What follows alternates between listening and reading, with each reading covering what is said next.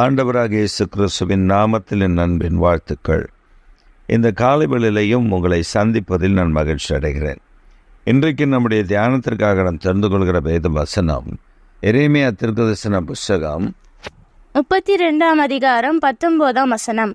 உம்முடைய கண்கள் மனுபுத்திரருடைய எல்லா வழிகளின் மேலும் நோக்கமாயிருக்கின்றன.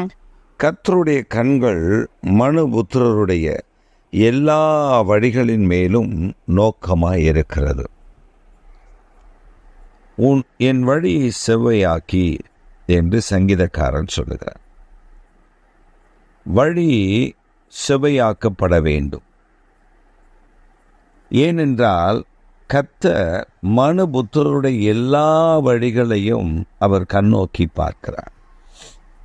அவன் நல்லவனாக இருந்தாலும் சரி, தீயவனாக இருந்தாலும் சரி, அவனுடைய எல்லா வழிகளையும் ஆராய்ந்து அறிந்திருக்கிறார். நம்முடைய வாழ்க்கையிலும் கூட நாம் இந்த வழி சரி என்று நினைப்போம்.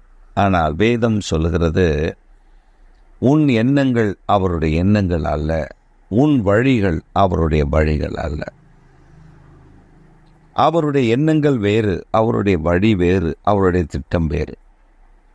அப்படி என்றால் நான் எப்படி அவர் வழியை அறிந்து கொள்வது? இயேசு சொல்லுகிறார், நானே வழி, சத்தியம், ஜீவன்.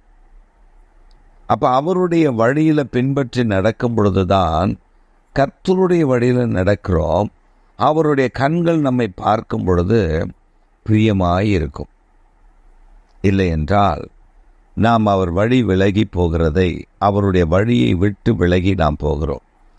அதனால தான் வேதம் சொல்லுகிறது, வலதுபுறமாகிலும் இடதுபுறமாகிலும் சாயாதபடி வழி இதுவே என்று உங்களுக்கு சொல்லுகிற அந்த தேவனுடைய சத்தம், போதனுடைய சத்தத்தை கேட்டு நடவுங்கள்.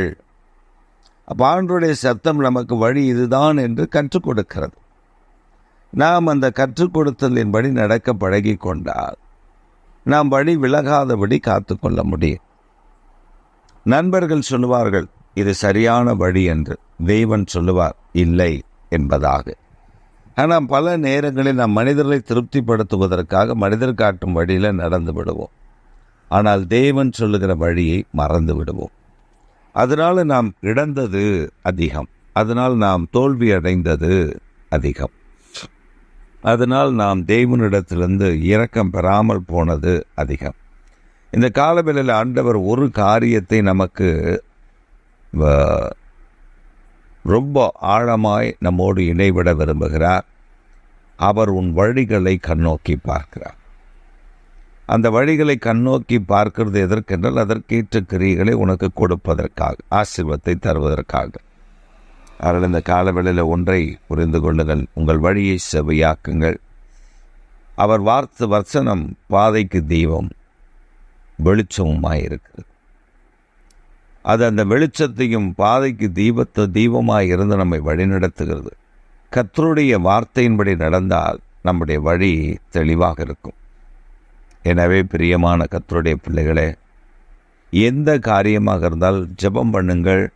வேத வசனத்தின்படி ஆண்டவர் நமக்கு பேசுகிறதை வைத்து நடக்கும் பொழுது வெற்றி நிச்சயம். நிச்சயமாக இந்த காலவேளையில் நீங்கள் கைது செய்ய போகிற காரியத்தில் ஒரு வெற்றியை தரப்போகிறார். உன் வழியை வாய்க்க பண்ண போகிறார். சிந்தித்து கொண்டே துவங்குங்கள். பெரிய காரியங்களை எதிர்பாருங்கள். அவர் உங்களுக்கு செய்து உங்களை ஆசீர்வதிப்பார். ஆமென், ஆமென்.